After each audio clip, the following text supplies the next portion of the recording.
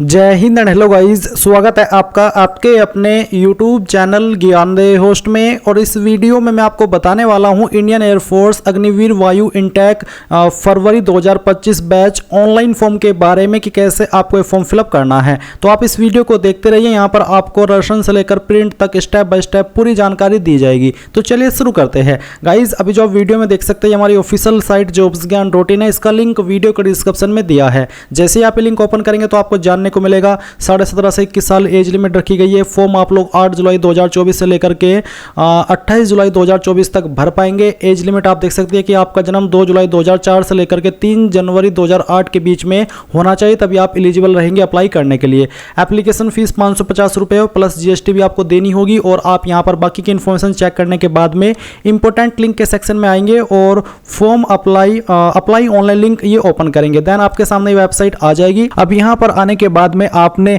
चाहे इसमें पहले कभी कोई भी फॉर्म भरा है, आपको नया अकाउंट बनाना होगा। तो आप क्लिक हियर टू रजिस्टर इसके ऊपर क्लिक करेंगे।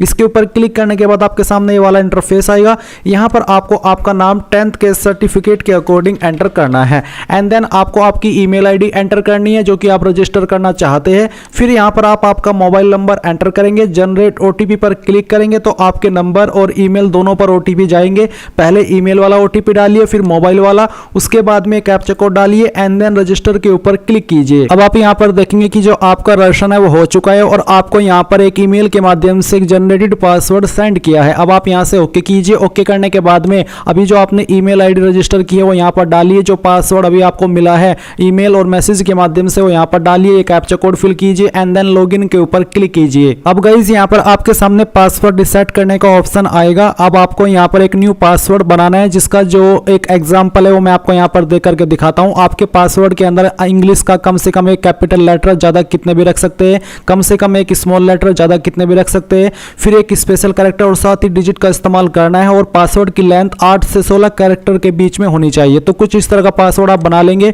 उसको दोबारा डाल करके वेरीफाई करेंगे। ये जो कैप्चा कोड आपके सामने यहाँ पर आया है, ये कैप्चा कोड आपको यहाँ पर फिल करना है। इसको फिल करने के बाद में गाइज आपको रिसेट माई पासवर्ड इसके ऊपर क्लिक करना है। अब आप देख सकते हैं कि आपका पासवर्ड रिसेट हो चुका है। अभी आप यहाँ से ओके करेंगे। ओके करने के बाद में आपके सामने इस तरह का इंटरफेस आएगा। अब आपको यहाँ पर सभी जानकारी चेक करने के बाद में इनके ऊपर टिक करना है और कंटिन्यू टू रजिस्ट्रेशन इसके ऊपर क्लिक करना है।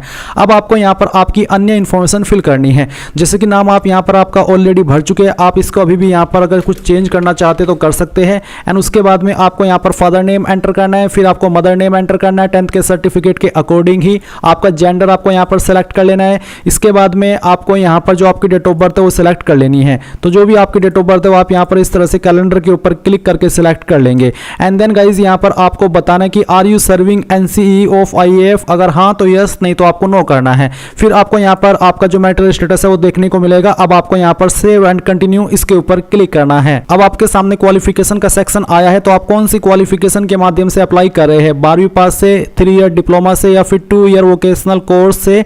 तो जिस भी क्वालिफिकेशन से आप इस फॉर्म को भर रहे हैं उसी के ऊपर आप यहाँ पर टिक करेंगे। फिर आपके सामने एक सवाल आता है कि have you been declared as pass in class 10+2, यानी कि 12वीं के अंदर आपने 12वीं आपने क्या पास कर ली है और आपने जो आपकी 12वीं है वो 50% के साथ में पास की है। और साथ ही आपके इंग्लिश सब्जेक्ट के अंदर भी 50% थे। तो आपको यहाँ पर उसका आंसर यस नो में करना है। जैसे कि मेरे थे, मैंने यस किया। यस करने के बाद कुछ और सवाल आते हैं कि have you been declared as pass in physics math, क्या आपने फिजिक्स और मैथ को पास किया है सब्जेक्ट को, अगर हाँ तो यस।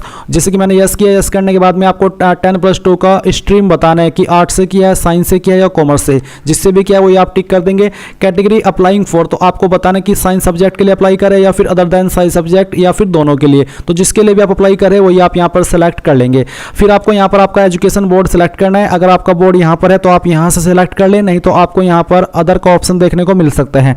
पर यहाँ पर अदर का ऑप्शन कोई भी मैं नहीं देख पा रहा हूँ। तो इसका मतलब है कि आपको इन्हीं में से जो आपका बोर्ड है 12वीं का वो सिलेक्ट करना है। इसके बाद में यहाँ पर आप देखेंगे enter aggregate gross percentage minimum 50% mandatory as given in class 10+2। तो आपको यहाँ पर आपकी 12वीं की परसेंटेज लिखनी है। अगर आपकी परसेंटेज 59.99 है तो आपको उसको यहाँ पर एज 59 ही लिखना होगा, ना कि 60%। तो आपको यहाँ पर जो भी आपकी परसेंटेज है वो एंटर कर देनी है। और फिर आता है indicating grading system as per marksheet. तो किसके अंदर आपके नंबर है, परसेंटेज, सीजीपीए या फिर ग्रेड। तो मेरे परसेंटेज है, मैंने परसेंटेज सेलेक्ट किया।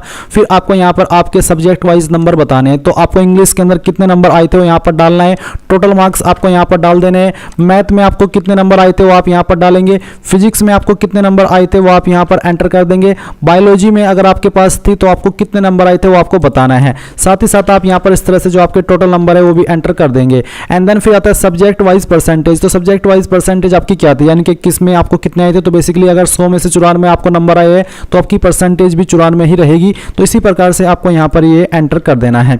इसके बाद गाइज आप यहाँ पर नीचे आएंगे, नीचे आने के बाद में आपसे पूछेगी कि आपको कंप्यूटर नॉलेज है, अगर हाँ तो आप यस करेंगे। यस करने के बाद में आपको बताना है कि आपको बेसिक है, इंटरमीडिएट है या फिर एडवांस है, जो भी है वो आप यहाँ पर टिक कर दीजिएगा। नहीं है तो आप नो भी कर सकते हैं। फिर जैसे कि मैंने यहाँ पर यस किया तो आपको बताना है कि कौन सी नॉलेज आपको है। इसके बाद गाइज आपसे पूछा कि do you have any additional marksheet, अगर आपके पास कोई एडिशनल मार्कशीट है तो आप यहाँ पर यस करेंगे, नहीं तो आपको नो करना है। जैसे कि इंप्रूवमेंट आ जाती है तो फिर एडिशनल मार्कशीट मिलती है आपको, उसके लिए ये ऑप्शन यहाँ पर डाला गया है। अब आता है हायर एजुकेशन क्वालिफिकेशन। अगर आप ग्रेजुएशन कर रहे हैं तो आप बताइए कि मैं परस्यू कर रहा हूँ, कंप्लीट कर चुका हूँ, डिसकंटिन्यू या फिर नॉट एप्लीकेबल।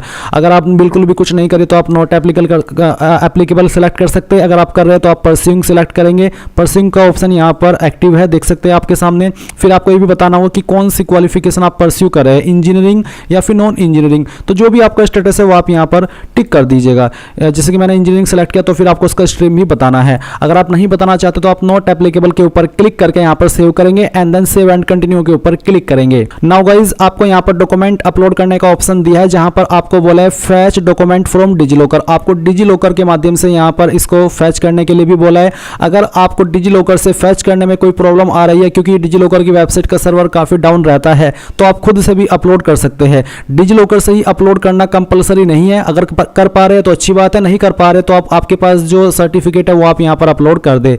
तो आप यहाँ पर चूज फाइल के ऊपर क्लिक करें, जहां पर आपके पास स्कैन कॉपी है आपके सर्टिफिकेट की, वो आपको यहाँ पर सेलेक्ट कर लेनी है। और इसको सेलेक्ट करने के बाद में यहाँ से आप ओपन करेंगे, फिर आपकी फाइल इस तरह से आ जाएगी। आपको बोला है कि फाइल का साइज 50 से 150 KB के बीच में होना चाहिए। तो जहां पर आपकी फाइल है सेलेक्ट कीजिए, फिर यहाँ से ओपन कीजिए एंड देन इसके बाद में आपको सेव के ऊपर क्लिक करना है। तो गाइज जैसे ही आप सेव के ऊपर क्लिक करेंगे तो आपका जो सर्टिफिकेट है वो यहाँ पर सेव हो जाएगा। अब आपको जो आपकी 12वीं का सर्टिफिकेट है वो सेलेक्ट करना है। मैं यहाँ पर इसको सेलेक्ट करता हूँ, ओपन करता हूँ, फिर सेव के ऊपर क्लिक करता हूँ, तो ये जानकारी भी आपकी सेव हो चुकी है। अब गाइज आप नीचे सेव एंड कंटिन्यू इसके ऊपर क्लिक करेंगे एंड गाइज नाउ आपके सामने कुछ अलग इंटरफेस है जो कि कम्युनिकेशन डिटेल का है। तो बेसिकली आपको आपका परमानेंट एड्रेस फिल करना है। जो आपका हाउस नंबर है, स्ट्रीट है, कॉलोनी है, लोकेलिटी है, वो आप यहाँ पर लिख देंगे। स्टेट यहाँ से आपको आपकी सेलेक्ट कर लेनी है। फिर आपकी डिस्ट्रिक्ट कौन सी है वो डिस्ट्रिक्ट आपको यहाँ पर सेलेक्ट कर लेनी है एंड देन फिर यहाँ पर आपको सब डिस्ट्रिक्ट बतानी है अपनी। फिर आपको आपके विलेज टाउन का नाम एंटर करना है। नियरेस्ट पुलिस स्टेशन कौन सा है वो आपको लिख देना है। आपका पोस्ट ऑफिस कौन सा है वो आपको यहाँ पर डाल देना है। आपका जो पिन कोड है वो भी आप यहाँ पर एंटर कर देंगे। फिर यहाँ पर गाइज आता है आधार कार्ड नंबर। आपको बोला है candidates are to carry their Aadhaar card when called for the examination. Candidates from Jammu and Kashmir, Assam, Meghalaya and Ladakh are to carry a valid photo identity card if they don't have Aadhaar card. जो इन state से belong करते हैं उनको आधार card carry करना अनिवार्य नहीं है। अगर उनके पास नहीं है तो वो एक अन्य फोटो आईडी को कैरी करेंगे, बट अन्य स्टेट के कैंडिडेट के लिए यहां पर आधार कार्ड नंबर देना अनिवार्य है। आप अपना आधार कार्ड नंबर यहां पर डालेंगे। फिर कम्युनिकेशन एड्रेस है, अगर आपका परमानेंट और कम्युनिकेशन एड्रेस यानी कि प्रेजेंट एड्रेस सेम है, एक ही है, तो फिर आप यहां पर टिक कर देंगे। इसके बाद में आपको डोमिसाइल स्टेट यानी कि कौन सी स्टेट के आप निवासी है वो आपको बताना है और किस डिस्ट्रिक्ट के आप निवासी है वो भी आपको डिस्ट्रिक्ट यहां पर सेलेक्ट कर लेनी है।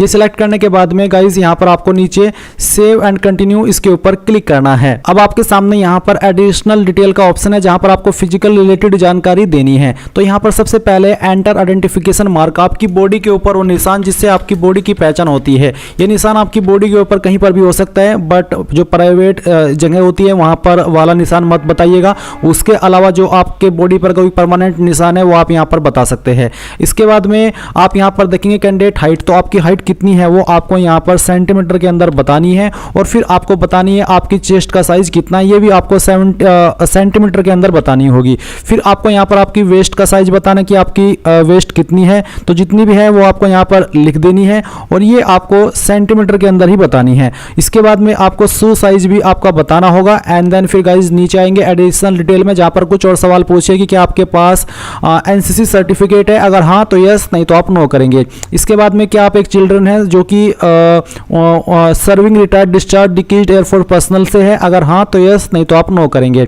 Have you been discharge from Indian army, Indian navy, अगर हाँ तो यस, नहीं तो आप नो करेंगे। फिर आपको ड्राइविंग आती है, अगर आपको आती है तो आप यस करेंगे और बताएंगे कि आपको कौन सी आती है, two wheeler, LMV, HMV। LMV मतलब लाइट मोटर व्हीकल, HMV मतलब हैवी मोटर व्हीकल। अगर नहीं आती है तो आप नो करेंगे। Do you have knowledge in any of the trades like welding, soldering, lathe work and related work, अगर हाँ तो यस, नहीं तो आप नो करेंगे। फिर यहाँ पर आता है क्या आपको नॉलेज है इंफॉर्मेशन टेक्नोलॉजी की, IT की, अगर हाँ तो यस, नहीं तो आप नो करेंगे। अगर यस तो आपको बताना कि आपको कौन सी नॉलेज है, नहीं तो आप नो कर देंगे। फिर सवाल आता है कि क्या आपको कोई एनी अदर स्किल है, जो कि आप देख सकते हैं अचीवमेंट, वर्क एक्सपीरियंस, अगर हाँ तो यस, नहीं तो आप नो करेंगे। फिर आता है do you have any representation achievement in any sports event और डिसिप्लिन, अगर हाँ अगर आप एक स्पोर्ट्स खिलाड़ी है किसी भी डिसिप्लिन में तो आप यस करेंगे और आपका यहाँ पर बताएंगे कि किस लेवल पर आपने वो खेला है, नहीं है तो आप नो कर दीजिएगा। लैंग्वेज नॉन, हिंदी इंग्लिश के अलावा कौन कौन सी लैंग्वेज आपको आती है, अगर कोई आती है तो आप यस करेंगे और फिर उस लैंग्वेज को आपको यहाँ पर लिखना है। इसके अगर आपको नहीं आती तो आप नो कर दीजिएगा। मेडिकल हिस्ट्री अगर आपकी कोई है तो आप यहाँ पर एंटर कर देंगे, नहीं तो गाइज अब आपको सेव एंड कंटिन्यू इसके ऊपर क्लिक करना है। अब आपके सामने यहाँ पर फोटो एंड सिग्नेचर का सेक्शन आ चुका है, जो कि आपको सबसे ज्यादा प्रॉब्लम करता है जब आप अपना ये फॉर्म खुद से फिल करते हैं। तो मैं आपको यहाँ पर अच्छे से एक्सप्लेन करने की कोशिश करूंगा कि आपको कैसे इसको अपलोड करना है। तो पहले तो आपको जान लेना कि आपके फोटो का साइज 10 से 50 KB के बीच में होना चाहिए। सेकेंडली आपको जैसे कि आपका पासपोर्ट फोटो है तो आपको उसको नाम देना है पासपोर्ट फोटोग्राफ, ये वाला जो कि बिल्कुल सेम टू सेम यहाँ पर आपको रखना है। बीच में ये जो हाइफन है ये भी लगाना होगा। फिर सिग्नेचर को सिग्नेचर का नाम देना है, इसी तरह से थंब इंप्रेशन को थंब इंप्रेशन का नाम देना है। एंड जो आपका फोटो है वो इस तरह का होना चाहिए, जैसे कि आप यहाँ पर देख भी सकते हैं। आपको एक स्लेट पकड़नी है जिसमें कि आपको फर्स्ट नेम लास्ट नेम लिखना है। DOP लिखने के बाद में लिखना है कि किस डेट में आपने फोटो को लिया है, और वो डेट आपकी तभी की होनी चाहिए जिस डेट में आपने इस फॉर्म को भरा है। तो आप यहाँ पर चूज फाइल के ऊपर क्लिक करेंगे, जहां पर भी आपकी फोटो फाइल है वो आपको सेलेक्ट करनी है। जैसे कि यहां पर एग्जांपल के लिए मैं इस इमेज को सेलेक्ट करता हूं और यहां से आपको इसको ओपन करना है, पर ये अपलोड नहीं हो पाएगा जब तक इसका जो फाइल का नेम है वो पासपोर्ट फोटोग्राफ न हो। इसके बाद आप यहां पर आपका स्कैन सिग्नेचर अपलोड करेंगे, तो जहां पर भी आपका सिग्नेचर का फाइल है वो आपको यहां पर सिलेक्ट कर लेना है। तो चलिए मैं इसको सिलेक्ट करता हूं, यहां से ओपन करता हूं। ओपन करने के बाद इस तरह से आएगा। अगर आपको कंटिन्यू टू इमेज करेक्शन यानी कि इसको एडिट करना है, क्रॉप करना है, तो आप इस तरह से कर सकते हैं। फिर आप यहां पर इसको प्रीव्यू इमेज के ऊपर क्लिक करके सबमिट कर दीजिएगा, तो आपका फोटो अपलोड होकर के इस तरह से आ जाएगा, जैसे कि आप वीडियो में देख सकते हैं। अब आपको यहां पर थंब इंप्रेशन अपलोड करना है, तो जहां पर भी आपका थंब इंप्रेशन है वो आप सेलेक्ट करेंगे, इस तरह से ओपन करेंगे। एंड फिर यहां पर आपको कंटिन्यू टू इमेज करेक्शन इसके ऊपर क्लिक करना है और इसको इस तरह से क्रॉप कर लेना है। एंड देन फिर प्रीव्यू इमेज के ऊपर क्लिक करके आप यहां पर इसको सबमिट कर दीजिएगा।